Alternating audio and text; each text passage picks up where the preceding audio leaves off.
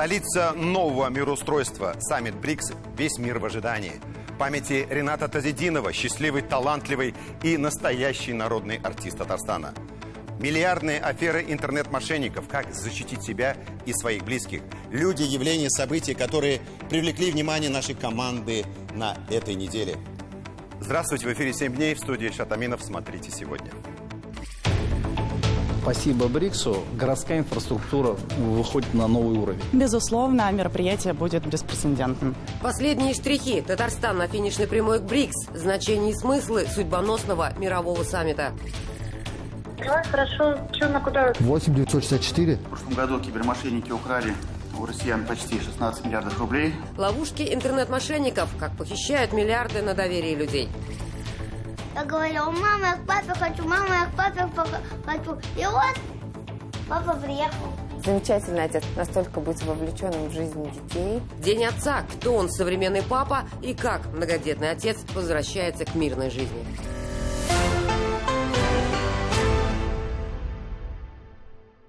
До саммита БРИКС в Казани остаются считанные дни. Или в Татарстане, в его столице Казани, фактически стартовал мировой политический саммит БРИКС.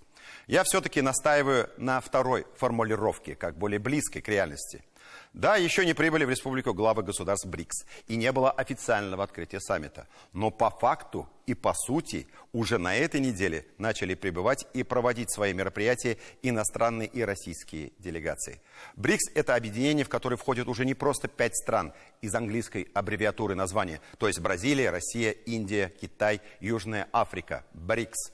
А еще 5 стран дополнительно – Иран, Саудовская Аравия, Объединенные Арабские Эмираты, Египет, Эфиопия. Но формат встречи в Казани БРИКС плюс это означает, что в Татарстане ждут по крайней мере 35 иностранных делегаций на самом высоком уровне, которые уже подтвердили свое участие, и 24 руководителей этих государств, в том числе руководитель Китая, президента Турции, Лаоса, Палестины, Республики Сербской, Боснии и Герцеговины, Республики Конго, премьер-министра Малайзии, многих глав стран СНГ, руководителей всемирных организаций, в том числе генсека ООН Антонио Гутерриша и Шос Джан Мина, представители делегаций из Кубы, Бахрейна, Гвинеи-Бисау, Вьетнама и так далее. Поэтому не зря говорят, это будет самое важное, статусное и во многом определяющее, в том числе будущее мироустройство, внешнеполитическое событие в новейшей истории России. В связи с этим значение саммита в Казани трудно переоценить. Другое его измерение касается того, как все эти недели, а вернее долгие месяцы, Казань и вся республика тщательно и всесторонне готовились к его проведению. И эта подготовка охватила не только главные площадки саммита, а это комплекс Казань-Экспо, Казанская ратуша и Казанский Кремль, а практически всю городскую инфраструктуру. Дороги, транспорт, международный аэропорт, железнодорожный вокзал, индустрию гостеприимства, то есть отели и рестораны Казани, музеи, театры, общественное пространство, работу волонтеров, журналистов, сервисных служб. Продолжать на самом деле можно очень долго. Но лучше, как говорится, чем так долго и много говорить, один раз увидеть, как завершается подготовка к судьбоносному мировому саммиту в Казани. Об этом Тимур Бекмурзин.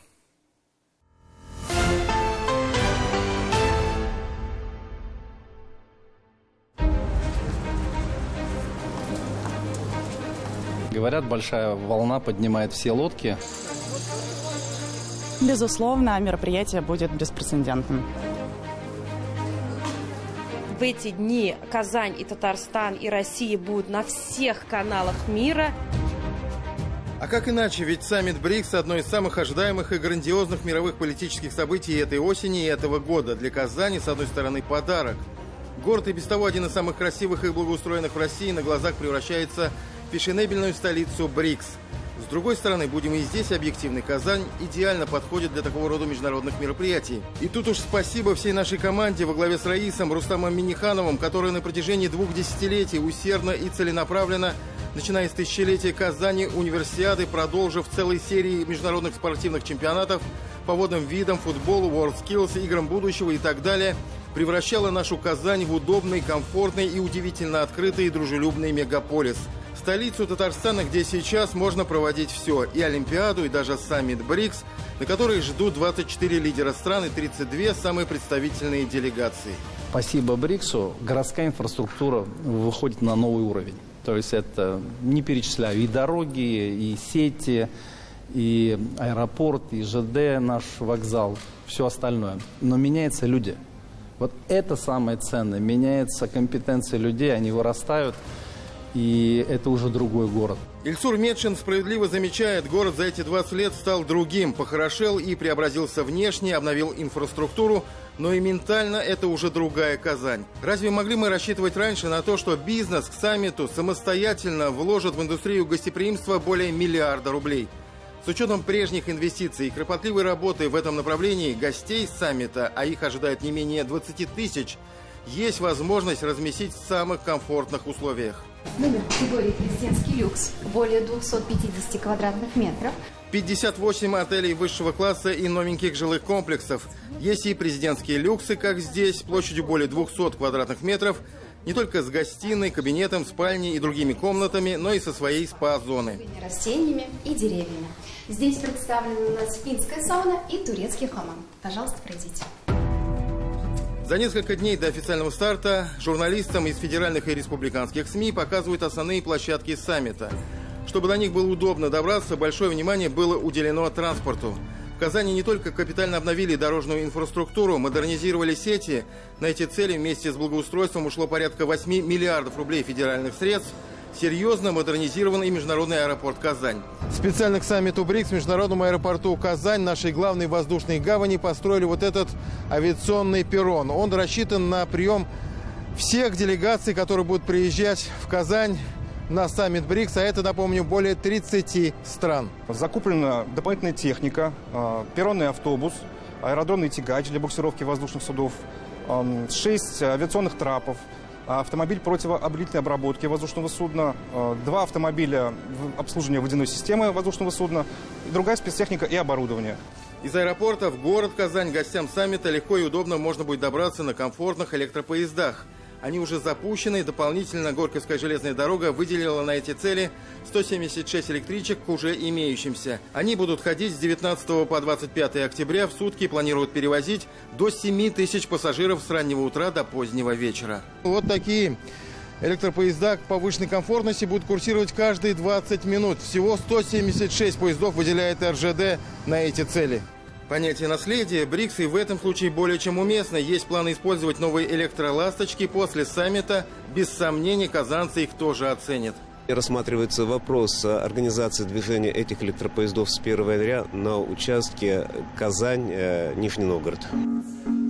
Какие-то полчаса из вокзала вы попадаете в аэропорт. Рядом с главной воздушной гаванью Казани и центральная площадка саммита БРИКС. И это, конечно, наш великолепный комплекс «Казань-Экспо». Первая точка, куда попадают журналисты и все гости саммита, кроме, наверное, самых высокопоставленных, естественно, после прохождения КПП, центр аккредитации. Здесь все отработано для Татарстана и оператора саммита фонда «Росконгресс» процедуры знакомые. Высокие технологии в помощь. Посетитель с номером A76, подойдите к стойке номер 14. Центр аккредитации БРИКС. Здесь порядка 30 стоек для регистрации, аккредитации. А что вы хотите, если только в этом пресс-туре участвует порядка 40 журналистов, а всего представителей только СМИ прибудет на саммит БРИКС около 2000. Журналистов ожидают 50 на 50 иностранных и наших. Среди коллег замечаем китайских друзей. Корреспондент медиакорпорации CCTV Делу Ван рассказывает, в Казани второй раз. Первый раз приезжал на Игры будущего. От столицы в восторге. Но сегодня в планах не любоваться красотами и достопримечательностями города, а напряженно работать. Делу готовит вопросы для мэра Ильсура Медшина. Мы будем задавать такие вопросы. Вот именно какие крупнейшие предприятия находятся на территории города и в чем заключается конкурентоспособность города в области промышленности. Казань-Экспо – огромный многофункциональный комплекс площадью более 140 тысяч квадратных квадратных метров, относительно новый, построен в 2018 году. Тем не менее, за время существования принял уже более 200 мероприятий, в том числе таких масштабных и статусных, как WorldSkills, Игры будущего, Международный исламский саммит. Однако БРИКС все-таки случай особый. Специально к саммиту на Казань-Экспо полностью модернизирована и улучшена выставочная инфраструктура, включая сети. Комплекс поделен на зоны, появились новые просторные залы под разный функционал. Так сейчас выглядит международный пресс-центр саммита. То, что саммит БРИКС в Казани будет один из самых статусных, представительных, можно судить и по количеству розданных бейджев во время пресс-тура. Их 3. Ну и по этому международному пресс-центру рассчитан он на 300 мест. И, как нас здесь заверили, будут созданы все необходимые условия для работы журналистов. Это и качественный интернет, связь, отдельные стендап-позиции для телевизионных СМИ, удобная кофе-брейковая зона. Мы ждем делегатов из очень разных стран. Огромный пул переводчиков задействован для обеспечения мероприятий. Это 6 основных языков, это 16 языков в сумме на встречи с приглашенными государствами. Международный пресс-центр действительно огромный, и в нем много фишек, особенностей, которые я лично никогда нигде не наблюдал. Вот такой вот баннер для записи телевизионных интервью, для пресс-подходов. Обратите внимание, он буквально вмонтирован в стену. Есть специальный свет для того, чтобы картинка была качественной. Всего здесь 3 зала для пресс-конференции и 1 большой зал для проведения итоговой пресс-конференции лидеров стран БРИКС. В центральном зале Казань-Экспо имени Ильхама Шакирова сейчас завершаются работы по установке звукового и светового оборудования, качественной картинки, звуку, шумоизоляции. На саммите повышенное внимание. В этом зале будет организован прием от имени президента России лидеров стран БРИКС, которые, не исключено, что приедут с женами. Обязательно атрибут всех больших политических форумов, а саммит в БРИКС в Казани, конечно, не исключение. Вот такая зона для проведения совместного фото лидеров. БРИКС – это давно уже не только 5. БРИКС плюс – это 10 стран мира, а саммит БРИКС в Казани объединяет гораздо больше государств. Полностью готовы к работе и 2 другие, помимо Казань-Экспо, основные площадки саммита – Губернаторский дворец в Казанском Кремле и Казанская ратуша, в историческом колонном зале которого пройдет торжественное открытие саммита БРИКС. Впереди всех ждет напряженная и крайне ответственная работа, но уже сейчас многие эксперты и политологи говорят о дивидендах, которые извлекут из мероприятия Казань и Татарстан. От повышения узнаваемости, туристической привлекательности до вполне конкретных сделок и соглашений, подписанных на полях саммита. Для нас это очень хорошая возможность позиционировать Татарстан как точку входа для международных инвестиций, как место проживания комфортное, да, ну и показать свою открытость миру и готовность к сотрудничеству.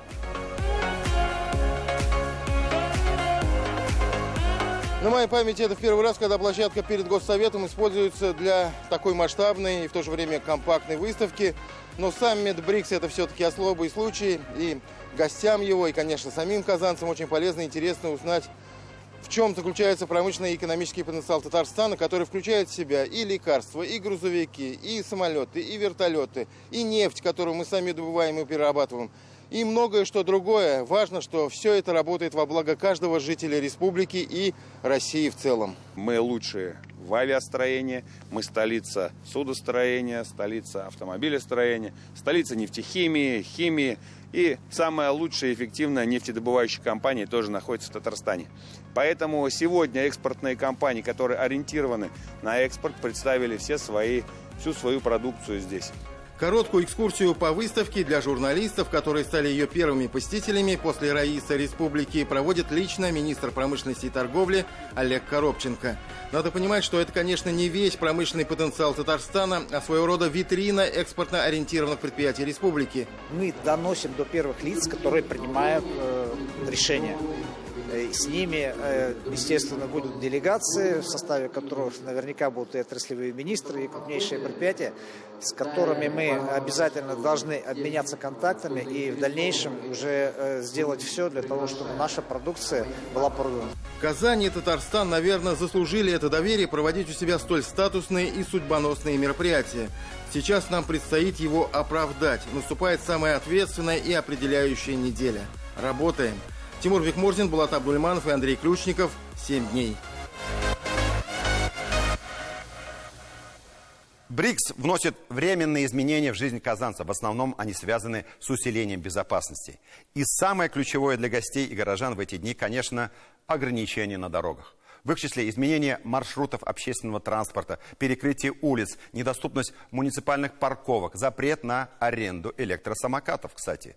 Центр будет практически перекрыт полностью, а до аэропорта в эти дни лучше добираться на электричке. Количество поездов увеличили значительно.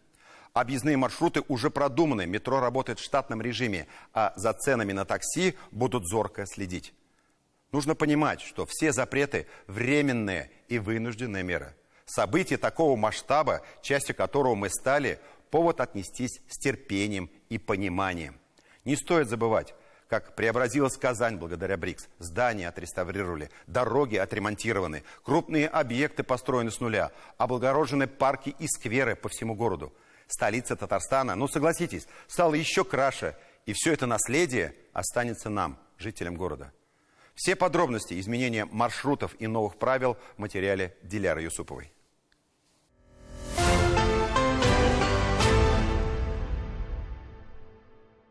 Основные ограничения будут касаться, конечно, центральных улиц. Мы стоим на самой пиковой точке пересечения красных линий. С 22 октября улица Пушкина будет закрыта полностью. Карла Маркса и Большая Красная тоже закрыты, начиная от Аграрного университета. Пересекающие улицы тоже будут перекрыты, такие как Карла Фукса или Лобачевского. Вот так выглядит дорожное полотно в период с 22 по 24 октября. Теперь здесь нельзя будет проехать ни автомобилем, ни автобусом. Кроме этого, закроют движение по местному проезду вдоль Петербургской. Приволжский район тоже не остался в стороне. На данный момент движение уже перекрыто вдоль деревни Универсиады. Там, где раньше был голый столб, теперь кирпич. Мы понимаем, что ограничения могут доставить жителям определенные неудобства, поэтому заранее просим предусмотреть изменения своих привычных маршрутов и графиков работы. Со своей стороны исполкома города, мэрии, республики, республиканской власти мы сделаем все для того, чтобы наши жители минимально почувствовали эти неудобства.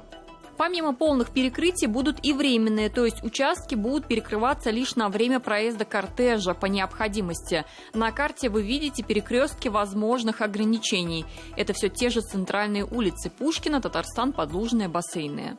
Въезд на самую туристическую улицу города, улицу Кремлевскую, тоже будет запрещен с 22 октября. От самого КФУ до непосредственно стен Кремля. В общем-то, остается два альтернативных пути выезда из центра. Это либо через Булак, либо через Кировскую дамбу. В сам Кремль вход уже закрыт, но выход есть, причем в буквальном смысле. Заблокированным на пустыре никто не останется, уверяют в администрации города. Общественный транспорт никуда не денется, но претерпит изменения. Автобусы 10, 10А, 30, 35 и 35А не заедут в центр. 3 дня они будут следовать до улицы Тукая. Автобус 91 сократят до Чеховского рынка, а троллейбус номер 8 до сквера Тукая. Автобусы 28 и 28А и троллейбусы 2, 3, 5 и 7 закроют. При этом в администрации решили вернуть на прежние маршруты автобусы 29, 47, 90. Они будут ходить по привычной схеме без изменений. Пассажирам, которые ими пользовались, из Новосавинского района до улицы Вишневского можно будет добраться на автобусе маршрута номер 35, а в обратном направлении на маршруте автобуса номер 43. Также будут закрыты 4 троллейбусных маршрута номер 2, 3, 5 и 7. Пассажиры смогут воспользоваться автобусными маршрутами и трамваями с пересадками. В центр города пассажиры смогут добраться также на метро, который будет работать с интервалом в 6 минут в часы пик. Интенсивность поездов в метро будет увеличена. Ограничения коснутся не только движения авто по улицам города, но и его остановок. Регулировать ограничения будут с помощью временных дорожных знаков. Остановка запрещена, работает эвакуатор. Под самым известным в Казани мостом «Миллениум» в период проведения БРИКС не найдется места для автомобилистов. Водителям придется искать другую парковку. Движение на самом мосту тоже изменится. На протяжении нескольких километров в сторону улицы Вишневского ни одного поворота. Будет установлен временный знак «Движение только прямо». Эта мера как раз снимет напряжение, которое возникнет на участках. На некоторых улицах, наоборот, появятся временные левые повороты. Сказал Татарстана в сторону Миховщиков, из Татарстана на улицу Габдуллы Тукая. Прокат электросамокатов, велосипедов и каршеринг уже заморожен с 19 по 24 октября. Стоимость услуг такси может взлететь вверх. Такая вероятность уже под контролем властей.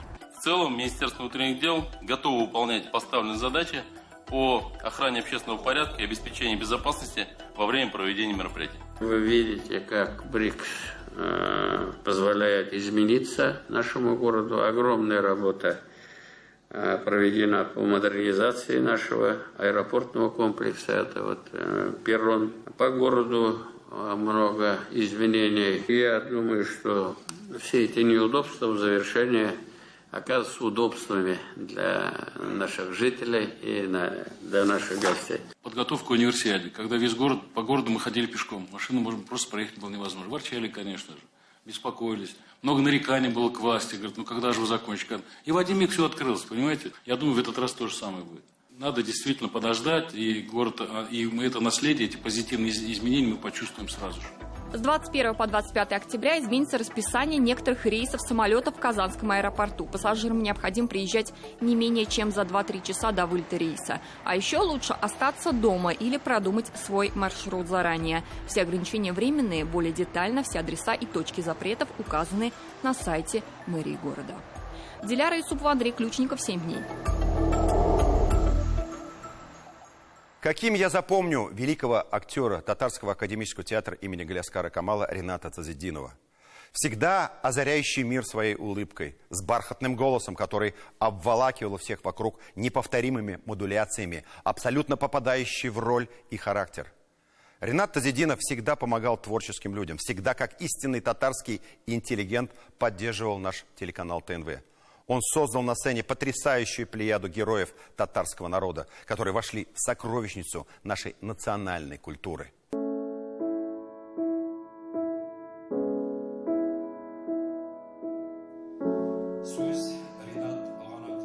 Полный зал, как и на всех спектаклях, в которых не играл, жил Ринат Тазетдинов. На этой сцене он с 1961 года. Легенда. Более 100 ролей. Татар халқы үшін зор шәхес, аның бітім хізметі, шо біздің тіліміз, республикамыз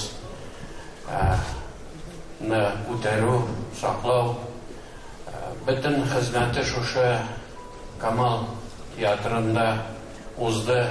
Тұрмышылай құрылған яшейміз, тырышамыз. Тырышамыз тұрмышына. Вақыт өзіне кінала. Bir suludan ismin nişek şiberem bir sırısım kile. Yaşasım kile dostum. Артистом он стал по судьбе, окончил театральное училище имени Щепкина, классика профессии. Сразу после возвращения в Казань его принимают в труппу Камаловского театра. Сам из деревни, из Малой Цильни, из традиционной татарской семьи, который и на вступительных-то экзаменах показал этюд, как деревенские парни солому скидывают. Эту свою правду проживал в каждой роли. Поэтичный, нелепый, отчаянный, при внешней сдержанности горящий вулкан внутри. Талант, в который невозможно не влюбиться, многогранный, самобытный, искренний. Ведь у совести вариантов нет, как у его Мусы Джалиля в одноименной пьесе Туфана Минулина. Хита камаловской сцены за эту роль Ринат Тазетдинов стал лауреатом Государственной премии СССР. Сәхнәне тамашачына да алдап булмый. Алдап булмый. Сцену и зрителя обмануть нельзя. Рината Тазетдинова невозможно было не любить. Его человечность выплескивалась на сцену. У Рината бы там каждая клетка каким-то темпераментом именно этого характера, как вулкан бьется. Вот какая-то, гениальный талант у него был. И он, слава Аллаху, мог это реализовать и своему народу отдать все 60 лет. Какая пластика у него, какая речь у него, какой голос. Каждую его роль я почти знаю наизусть.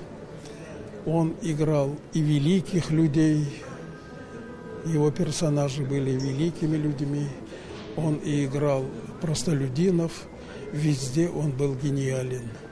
Поэтому татарское театральное искусство, вообще татарское искусство, татарская культура сегодня прощается с одним из знаменитейших, величайших сынов своего народа. За выдающийся вклад в развитие театрального искусства в 2016-м он стал обладателем «Золотой маски» высшей театральной премии страны.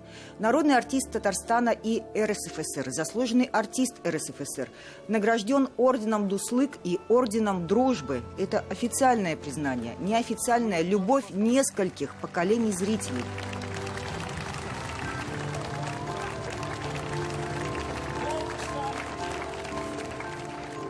Театр – это мой дом, театр – это моя семья, театр – это мои дети. Театр – это все для меня, например. Я родился, значит, как будто я родился уже с театром вместе. Каждая роль, это оставляет вот здесь какой-то, знаете, след оставляет. Камаловский театр, его постановки спектаклей, его поиск и разговор со зрителем за годы истории стал центром татарской культуры. Приезжают сюда, чтобы услышать родной язык, увидеть, пережить истории такие близкие душе, почувствовать себя на родине, где бы ты ни жил, где бы ни находился. А еще гастроли, где плетется вот этот узор нерушимых связей. Ринат Тазидинов действительно стал легендой. Мы его очень любили за его порядочность, за светлую душу, за такую это теплоту давала зрителям. И как человек был очень порядочен. Талант. Он везде был первым, везде был блестящим артистом. Мои корни уходят в Джановский район. И я с детства знал, что один из самых легендарных людей, который вышел из этого же района, это Ринат Тазидинов. Еще до знакомства с ним. Я все время думал, кто же это? И когда я с ним познакомился, я его ощущал как своего близкого человека, как своего родственника. Поэтому это, конечно, такая очень важная для меня личность была в татарском театре, и как для всех для нас, я думаю. Миллионлаган тамашачыларыбызның Камал сахнасындагы иң якты йолдызларының берсе иде. Для миллионов зрителей и для меня он был одной из самых ярких звезд камаловской сцены. Без него зрители будут очень скучать, будут одинокими, будет долго его не хватать. Не знаю, чем восполнить эту пустоту. «Счастливый» – это слово звучало чаще всего. И так говорил о себе Ринат Аревзянович. Счастливый и на сцене, и в семье, где супруга, с которой он познакомился еще в студенчестве, о которой он говорил: «Я жену свою всю жизнь люблю», и 2 дочерей. Папа был действительно удивительным человеком, очень светлым, мощным и энергетически заряженным. Артисты понимают, что это такое. Он дарил свет людям. Он был человек созидания. Я в этом абсолютно убеждена. И я очень благодарна публике, которая всегда отзывалась на вот эту энергию и дарила ему свою. И он, мне кажется, всегда купался в этой вашей любви. Уходят ли имена? Нет. Они остаются в памяти людей, в сказанных словах, жестах, молчании. Живут на сцене, которая помнит шаги и голос, которая требует от молодых: учись, будь собой, береги имена тех, кто был до тебя. 3 заповеди, о которых Ринат Тазидинов говорил: от земли, от правды. Не обманывать, не делать плохого людям и никому не завидовать. Я счастлив очень. Как актер, как человек. Рината Тазидинова похоронили на Ново-Татарском кладбище. В последний его путь коллеги и зрители проводили аплодисментами. Татьяна Тимошенко, Роман Безменов, 7 дней.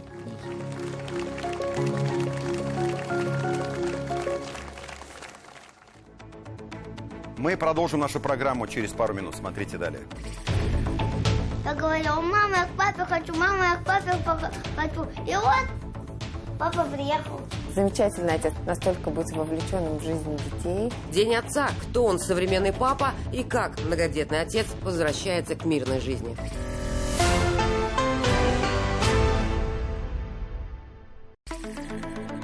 Более 90 миллиардов рублей в ближайшее время инвестирует Татарстан. В Доме правительства во главе с Рустамом Миннихановым состоялось заседание Инвестиционного совета. Утвердили 9 проектов. По ним в республике будут созданы более 2500 рабочих мест.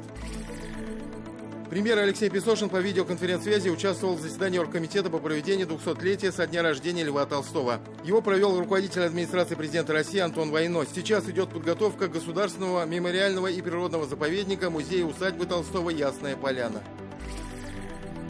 В Казани открыли историческую Ак-мечеть. В церемонии принял участие Рустам Минниханов. Он осмотрел помещение мечети. На первом этаже находится женский молельный зал с отдельным входом. На втором этаже большой мужской зал.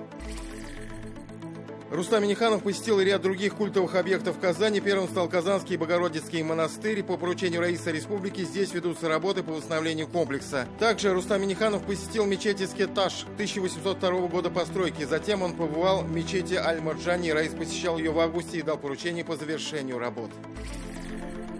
Рустам Минниханов встретился с членами Координационного совета Ассоциации ветеранов СВО. Он подчеркнул, поддержка участников СВО и их семей – важнейшая государственная задача. Помощь ветеранам-участникам СВО и их социальная адаптация является приоритетом.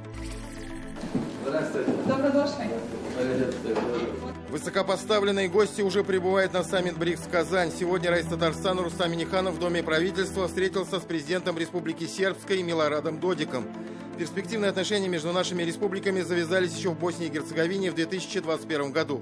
Продолжились на полях игр будущего в Казани в феврале этого года. Как отметил Рустам Минниханов, мы заинтересованы в расширении объемов взаимной торговли и реализации совместных проектов.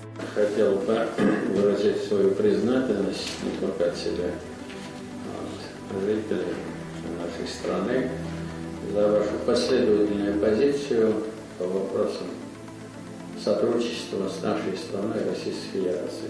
Zahvalan što ste mi pružili priliku da i danas, baš ovih dana, budemo ovdje u vašem gradu, gdje se održava саммит глобального светского значения.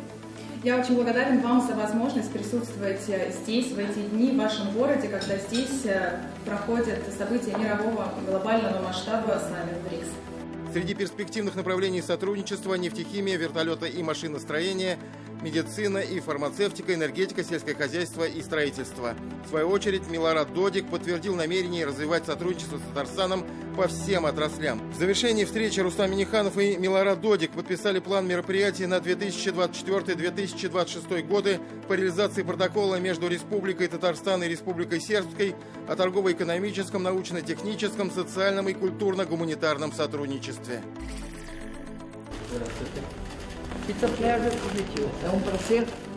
Также Раис Татарстана Рустам Минниханов встретился с президентом Нового банка развития Дилмой Раусеф. Она прибыла накануне для участия в мероприятиях саммита БРИКС.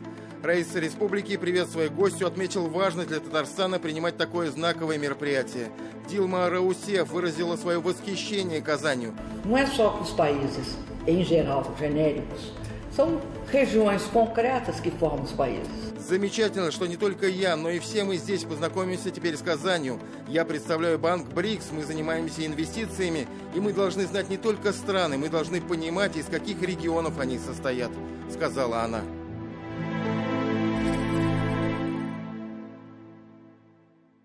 К другим темам. Вам звонит майор Иванов из Следственного комитета. Ваш сын стал виновником ДТП, но мы можем договориться. Вам звонят из Центробанка. На вашем банковском счету замечена незаконная попытка перевода денежных средств. Именно так телефонные мошенники начинают свою психологическую обработку. Вы, ошеломленную неожиданностью звонка, не успев предпринять адекватные меры, перечисляете в итоге свои кровные на счета преступников. Век доступности любой информации в интернете, где черным по белому описываются все схемы по отъему денег, мы с вами, дорогие сограждане, тем не менее, ежегодно обогащаем преступников на миллиарды рублей. Если быть точнее, по всей стране в этом году мошенники присвоили 9 миллиардов рублей. Что еще страшнее, в преступные схемы часто вовлекаются несовершеннолетние. Почему мы такие доверчивые? Судя по суммам, которые мошенниками извлекаются со счетов доверчивых людей, зарабатывать или копить мы умеем. Но почему аферисты умудряются отключить наш разум, буквально зомбируют нас, образованных и осторожных, уму непостижимо? Подробнее о популярных схемах аферистов и что нужно знать, чтобы не попасть к ним на крючок, в репортаже Ленара Валиулова.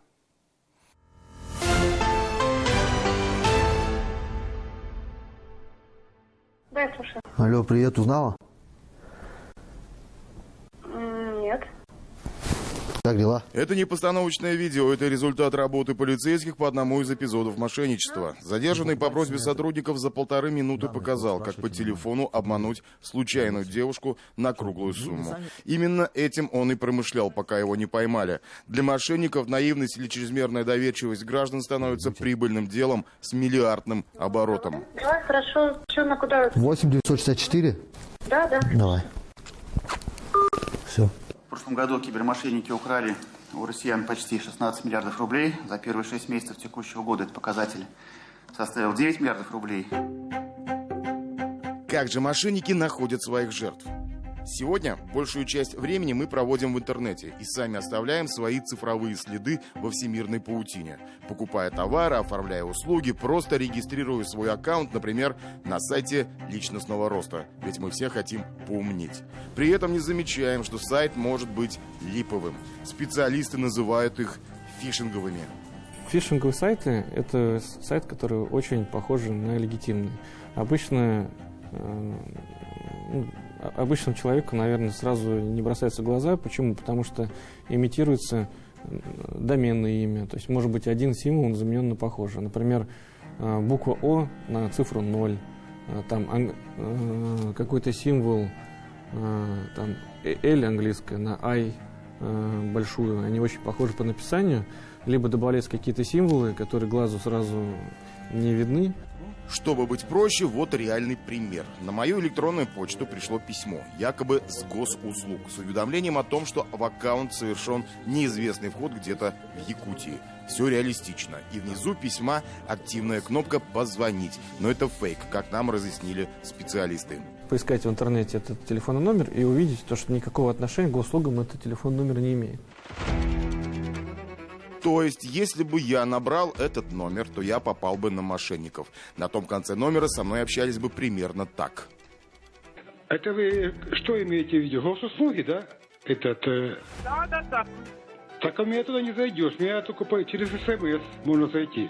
В любом случае, сейчас кто-то меняет вместо вас номер телефона. По версии якобы специалиста госуслуг, телефон моего аккаунта кто-то хочет поменять и привязать другой номер. Необходимо это дистанционно пресечь. И вот тут мы становимся жертвой психологической игры. Дайте себе время.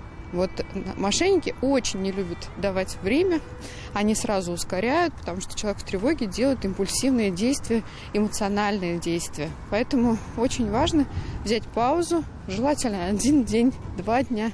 Схемы бывают и более изощренные, многоступенчатые, где задействованы 2 или 3 мошенника. Вам сначала звонят, представившись сотрудниками банка, пенсионного фонда, сотового оператора, социального страхования, предлагают продлить договор обслуживания. Причем дистанционно. Просто необходимо продиктовать персональные данные, что многие и делают. Затем вам через определенное время поступает второй звонок. Но в этот раз представляются сотрудниками МВД и ФСБ. Капитан полиции Некрасов Владимир Николаевич. А отдел полиции какой? Где территориально находится? По административному округу по городу Москве. Я вас понял. От меня сейчас что нужно? Что вы хотите? От вас что требуется? Чтобы вы информацию указали, какими банками вы пользуетесь, и мы уже будем понимать, на какие банки нам в первую очередь внимание при проверке обратить. Соответственно, поступает уже следующий звонок, третий, от третьего лица представляется сотрудниками либо ФСБ, либо Центробанк, либо Следственный комитет любого государственного органа и говорят о том, что да, действительно мы видим, что сейчас происходит по вашим финансовым счетам некоторые действия, поэтому необходимо вам срочно принимать действия определенные по спасению денежных средств. И уже дают рекомендации, что необходимо сделать и тем самым спасти эти денежные средства якобы. И как только человек денежные средства передает, соответственно, они уже пропадают. Есть такой вот уже изученный фактор повиновения, да, когда мы подвергаемся какому-то страху и трепет есть перед органами власти, например, перед какими-то авторитетными организациями и называя только вот этот вот слоган, там, например, мошенники говорят, мы там госуслуги, да, мы там Сбербанк, мы там налоговая, то, конечно, у человека начинается тревога. Основная цель этих звонков – взлом госуслуг. То есть там злоумышленники получают информацию о личных ваших данных, то есть паспортные данные, СНИЛС, ИНН. Это все им позволяет в дальнейшем оформить кредит по факту на вас и похитить данные денежные средства. В свою преступную сеть мошенники завлекают и абсолютно сторонних лиц. В юридическом уголовном сленге все чаще стало проявляться новое понятие «дроперы». Дроперы или дропы – это люди, которые предоставляют свои банковские счета для приема денежных средств, полученные преступным способом, а затем для отправки на следующий счет, участвующий в цепочке, либо для обналичивания и передачи средств в руки преступников. Что самое страшное, дроперами могут стать люди любого возраста, не подозревая, что участвуют в мошенничестве. Чтобы человек не заподозрил, зачем на самом деле нужны его карты и счета, мошенники используют разнообразные легенды. Одна из таких – получить должность администратора лотереи, то есть человеку говорят, что он должен перечислять призовые деньги победителям, розыгрыш отправлять в прибыль участникам инвестиционного проекта. Мошенники работают с каждым человеком индивидуально, поэтому спасение своих денежных средств зависит от собственной финансовой грамотности и элементарных знаний. Не брать телефоны с незнакомых номеров, проверять информацию, которую проговаривают собеседники с этих номеров, уж если вы взяли трубку. А уж лучше всего соблюдать правила современного мира – никому не доверять. Нужно отвечать себе на 3 вопроса. Что, зачем и почему. Что я сейчас делаю, зачем я это делаю и почему я это делаю. Я это делаю сам или меня кто-то к этому принуждает, убеждает. И необходимо всегда делиться ситуацией со своими близкими, родными, которые помогут найти решение в конкретной ситуации. Ленар Валиулов, Булат Абдульманов, Роман Безменов. 7 дней.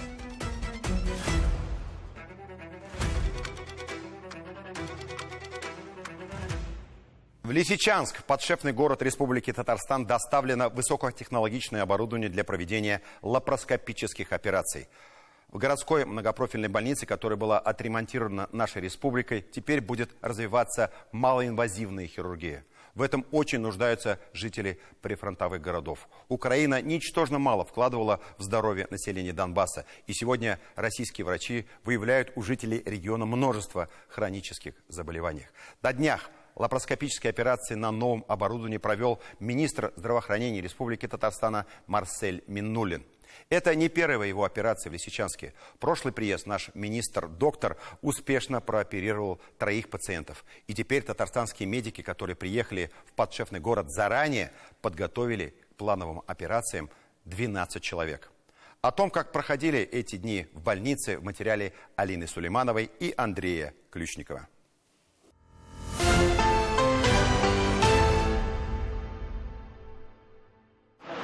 Раннее утро в подшефном Лисичанске у вице-премьера Республики Татарстан Фанили Аглиуллина и министра здравоохранения Марселя Миннулина начинается с короткого организационного совещания. Через час хирурга из Татарстана ждут пациенты городской Лисичанской больницы. Пожелание удачи, и работа до позднего вечера продолжится уже с пациентами. Есть 3 святая святых – учитель, священник и врач. А для врача 3 святых? Не скажу. В эти дни настроение врачей и пациентов Лисичанской больницы на подъеме. Но сетку будем ставить. Ладно? Только пупок не оставьте, пожалуйста. Пупок – это самое главное. Обязательно оставим, не переживайте. Константин Смалий, заместитель главного врача по хирургии, рассказывает, что впереди у медицинского персонала хороший практический опыт, насыщенные операционные дни, подготовка к которым началась задолго. Все оборудование произведено в Татарстане. Да. Накануне в подарок из Татарстана в подшефный Лисичанск привезли необходимое эндоскопическое оборудование. Для нашего населения очень важно, потому что для того, чтобы сделать эту операцию, людям нужно ехать куда-то. Луганск, это самый близкий город, где делают, Алчевск делают такие операции. Или дальше в Россию куда-то. А тут на месте. Не надо никуда ехать. Шеф-регион Республика Татарстан продолжает помогать городской Лисичанской больнице в оснащении оборудованием. Ведь все, на чем работали здесь раньше, было уничтожено и разграблено ВСУ. Из старого осталось немного. И вот все, что осталось, да. Правильно? Это не первые лапароскопические операции, которые Марсель Миннулин проводит в подшефном городе. Несколько месяцев назад хирург успешно прооперировал 3 пациентов. И сегодня к плановой операции татарстанские врачи, которые приехали в Лисичанск заранее, подготовили уже 12 пациентов. Вам объяснили, да, что вам предлагается и рекомендуется оперативное лечение? по удалению этого желчного пузыря с камнями. Я всегда говорю, у пациента должен быть положительный настрой и настрой, самое главное, на операцию. Согласие есть? Да. Действительно, врач лечит и словом. Медики из Татарстана, которые работали в Лисичанске еще 2 года назад, сегодня вновь на посту в подшефном городе. Кто-то же должен. Кто-то должен приехать, по необходимости помочь. И вспоминая своих первых пациентов, говорят, что не просто лечили, а отогревали души. Еще ни воды, ни света здесь не было, и мы их отогревали. Души их отогревали. И у нас получалось, верите? Сегодня бытовых травм в Лисичанске больше, чем травм от осколочных ранений или взрывных мин. Сейчас да. То есть сейчас именно раны, бытовые раны. То есть порезал болгаркой, порезал тем. То есть люди настраивают свою жизнь, улучшают свои качества, вследствие этого они что-то строят, что-то ремонтируют. Каждый из татарстанских специалистов обследует в день по 40-50 человек. Еще раз вдох. Дышим. На посту медики находятся и днем, и ночью. Живут прямо в больнице и часто вспоминают, какой она была после отступления в ВСУ. Сама больница, я когда приезжал сюда в 22 году, она была с настоящими дырками в крыше от прилетов, с выбитыми стеклами. Тут вот так летал мусор от ветра, то есть это удручающая такая картина была. А сейчас, вы видите, вот уже прекрасная больница, все работает, все хорошо и будет еще лучше. Отремонтированная Татарстаном больница радует не только врачей, но и пациентов. Мы эту больницу с детства знаем. Детей сюда своих водили. Отделения после ремонта выглядят шикарно. Удивился, потому что я знаю вот это все, я же отсюда, А так посмотрел, думаю, такое время и сделано так. Толково. Пациенты признаются, что у каждого из них есть мечты, осуществить которые возможно только после выздоровления. Я к сыну то 100% поеду. Для этого здоровья нужно. Конечно, да. Будем стараться выживать как-то. Внучки, хочу поехать в Макеевку, поеду нянчиться. Хорошая мечта. Да. Все исполнится. Все будет хорошо. И вот с таким настроением начинается операционный марафон в городской Лисичанской больнице. Максим Мансурович, а хирургу удачи там желают перед началом операции? Желают. Тогда мы вам желаем удачи. О, спасибо. В первый день, 13 часов, хирург и его ассистенты практически не выходят из операционной, разве что на несколько минут. Вы в операционной отдыхаете или работаете? Люди говорят, что там... Вот хобби такое-то, хобби такое-то. У меня, наверное, хобби это наверное, операционное. Когда ты от основных дел где-то уходишь в эту стихию, образно говоря. Но если ты искренне любишь свою специальность, я думаю, что все получится, и наши именно пациенты города Лисичанска останутся довольными и будут где-то знать уровень татарстанской медицины. Раннее утро второго дня у хирурга и его ассистентов тоже начинается с операционной. А как состояние ваших пациентов? Состояние пациентов удовлетворительное. Все они уже встают, кто-то уже до аптеки сбегал. В общем-то, вот в этом и есть прелесть малоинвазивной хирургии. Это, в общем-то, мало травматично. И пока в городской больнице подшефного города Татарстана продолжаются операции, за окном падают вражеские боевые снаряды.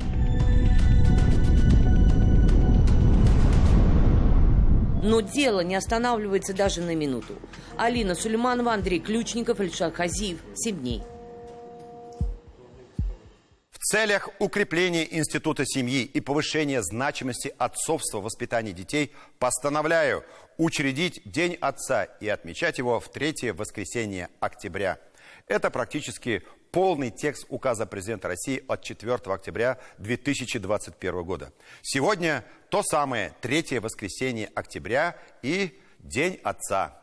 Один из самых молодых праздников. Он отмечается в 4-й раз. Уверен, что большинство отцов и не знают, что есть такая дата. Так что имейте в виду и ждите обязательно подарков. Мы привыкли, что папа – это, по признанию многих, глава семьи. Но при этом главная роль в воспитании детей отводится матери. По данным опросов ЦИОМа, на которые ссылается сайт РБК, россияне считают ответственным отцом того, кто в первую очередь может материально обеспечить семью. 36%. Второе место отводится возможности проводить время с ребенком. 35%.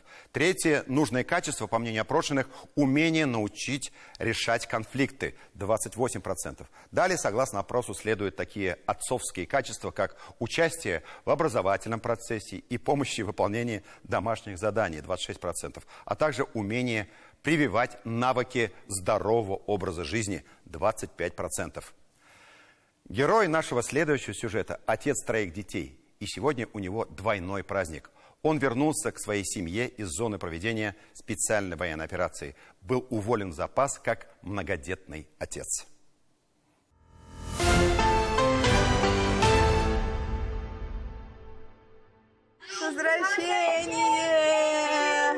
С апреля 2022 года Арсен служил в зоне проведения специальной военной операции добровольцем. Сначала в батальоне «Ахмат», а потом, когда начался набор в татарстанский батальон, заключил второй контракт. Впервые мы с ним встретились в декабре 2022 года в Херсонской области. Тогда батальон «Алга» был выведен с передовой в тыловую зону. И ребята могли отдохнуть впервые за много месяцев и получить первые поощрения от малой родины. Спасибо за службу. Поздравляю. Дай Бог тебе здоровья. После этого было много разных мест, разных событий. Не обо всем родные узнают. Служу России. Все, 3 захода сделал. Станок отвел. Пока ждем. И прилет сюда в деревню начались. 15 лет до этого работал учителем физкультуры и тренером по легкой атлетике. Пригодилась спортивная подготовка. Спасибо. Фу, легкой атлетики.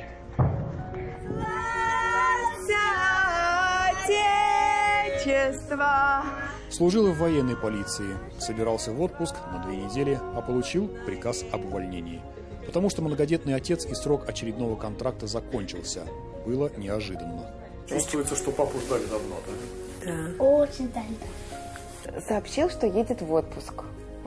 Затем, мы ждали, думали, сейчас билеты будем брать, ждем в отпуск. Детям сообщила, дети отсчитывают дни календаря, зачеркиваем, когда это вторник, когда это там через сколько дней. А затем он говорит, подожди, кажется, приказ подписали. Я говорю, какой приказ? Увольнение. Я говорю, ну не может быть, как это, в отпуск типа отпустили? Мы поверить не могли сначала. Я сначала думала, что его в отпуск отпустят. Я рассчитывала, куда мы поедем с папой, как мы повеселимся с папой. Потом увидел навсегда. Так обрадовался. Прям вовремя папу отпустили. Я сначала, когда папу еще не отпускали, я говорила, мама, я к папе хочу, мама, я к папе хочу. И вот папа приехал. Еще там. То есть, как бы ритм еще нет. Нет, как бы осознание есть, понимание, но вот на уровне чувств, как бы этот еще там. Я думаю, еще там месяцок где-то буду укачиваться. Это когда он приезжал в отпуск с первых линий, так скажем, соприкосновений с окопов, когда они там по несколько месяцев, да, он спать не мог. То есть ночью просыпался. Сейчас, ты говорю, получилось расслабиться? Я думаю, что да. Я расслабился, да. Но все равно как-то чуть-чуть есть еще нет, в процессе. Еще там, вот да. я все равно иногда так, я говорю, ты не здесь. Гордимся, да. Мама, живущая на Байкале, тоже поехала в Казань, чтобы встретиться с сыном-отпускником, а встретилась с демобилизованным. Он очень изменился. Это уже чувствовалось до этого, когда мы начали с ним общаться. Это просто совсем другое. Прям я его не узнаю. Вот честно вам скажу. Мягче, спокойнее, уравновешеннее. Вот что удивительно. Вот что-то пересмотрелось в нем, что-то там. Это, для него это на пользу пошло. Более основательные, не знаю, такие ценности какие-то. Видимо, что-то война меняет мышление людей. Ценности вот какие-то жизни, да, вот семьи, они возрастают, и человек начинает видеть важное в жизни, да, что самое важное, и отметать начинает то, что не важно. Приоритеты в жизни поменялись в том, что ну, важнее есть вещи. Когда в бытовухе живешь в этом мире, ну, она накручивается, вот эти проблемы, там, телефоны, информация просто задавливает. И человек в этот момент главное теряет. А там вот непосредственно видя вот это состояние, ну, то, что в любой момент можешь умереть, то, что вот эта жизнь у тебя закончится. И постоянно мысли о том, что, ну, кто ты такой в этом мире, для чего ты живешь, что для тебя важно. Не забывай родной своей земли. И где бы ни скитались по чужбине, живет нас, возвышая и храня твой светлый лик, вовеки негасимый мой край родной, республика моя. Ко встрече отца готовились основательно. Семья спортивно-творческая. Отец боец-спортсмен, мама учитель музыки, хореограф. В садике попросили ко дню отца совместно смастерить поделку. И в школе дали задание снять зарядку вместе с папой. Словом, первые 2 дня мирной жизни скучать не приходилось. Замечательный отец. Таких, я думаю, ну, не так много, потому что настолько быть вовлеченным в жизнь детей, заниматься постоянно воспитанием, развитием детей. Авторитет отца у нас непоколебим. То есть, если что, от мамы могут не послушать, папа, если скажет, я говорю, скажи детям, все мгновенно, как бы слово отца закон. Поэтому растим детей в таких традиционных ценностях с патриотическим чувством, да, с чувством ценности друг друга, братья и сестры, помощь, уважение.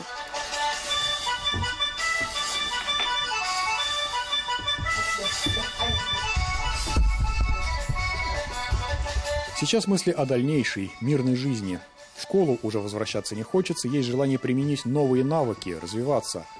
А еще мысли о том, что боевые братья тоже начнут возвращаться домой. И важно, чтобы их здесь ждали. Подготовить людей к возвращению вот, воинов, да, это же надо, их же надо тоже принять с таким уважением, да, с почетом, они же жизнью своей рисковали, да, многие полегли ребята, там многие без рук, без ног, с нарушенной психикой, в любом случае, и суметь их адаптировать. Поддержка нужна, в принципе, от семьи в первую очередь. Он куда возвращается первое? Во-первых, к семье, жена, дети, это все должно быть. Папа должен быть... Реабилитацию проходим здесь. Здесь, да. То есть в первую очередь создать человеку, что он здесь герой. То, что он уже там был, это он уже герой. Все. В СВО все ветераны, все, кто там находится, они все самые большие борцы с войной. Мы, те, кто осознаем, полностью понимаем, что мы против войны. Поэтому они там. Поэтому мы там. Не должно быть надменного отношения, что, ой, они же там деньги зарабатывали, да? То есть вот это никакие иногда деньги, сколько вы там не зарабатывали, надо. это не стоит того, что какая разница, когда человек жизни. лежит там. Да. Зуфар Давлечин, Андрей Ключников, 7 дней. На этом у нас все. С Днем Отца всех причастных к этому непростому делу. Безнең татар халкында бурынгыдан ук әти кешегә гаилә башлыгы итеп олы хөрмәт һәм зур ихтирам белән караганнар. Әти гаиләнең таянычы һәм ныклы терәге. Ныклы гаилә ил терәге ди халык. Бердәм булыйк, бергә булыйк. Исән мин сезгә. Всем наилучшие пожелания. Встретимся через неделю. До свидания.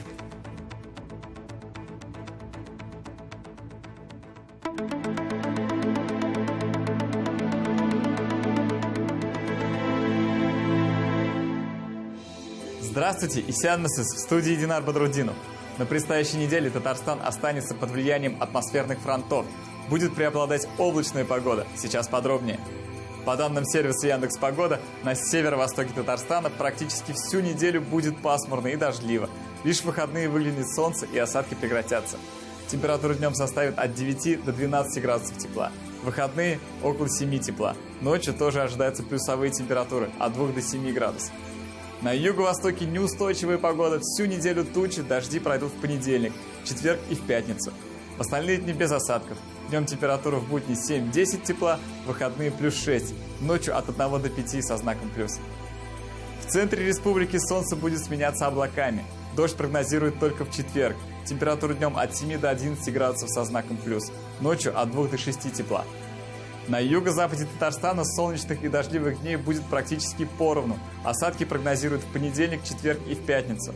Остальные дни будет малооблачно. Температура днем от 8 до 13 градусов тепла. Ночью от 2 мороза до 7 градусов тепла. На северо-западе республики и в столице Татарстана пасмурных дней будет больше. По предварительным данным, солнце будет светить только во вторник и пятницу. Все остальные дни, кроме воскресенья, дожди. Температура днем от 7 до 12 градусов тепла. Ночью от 4 до 8 выше нуля. Это все о погоде на ближайшие 7 дней. Хорошего вам настроения, всего доброго. Атналарыңыз уңышлы болсын.